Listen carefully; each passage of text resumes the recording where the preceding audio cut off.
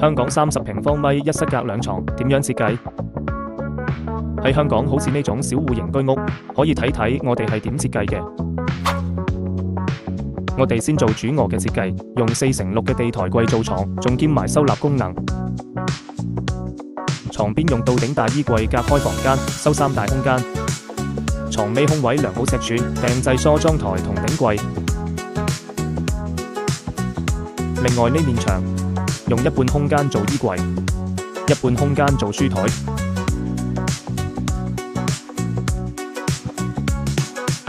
次我上下兩床設計，每層做3×6尺寸嘅床，滿足一個人瞓覺嘅標準。做上圍欄同樓梯，用大到頂組合櫃代替牆，兩邊起牆做門。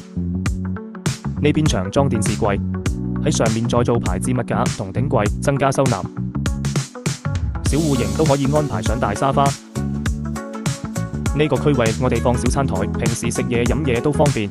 組合餐邊櫃實用高顏值，雪櫃上方再做收納。如果你都喺細戶型，就關注我哋啦。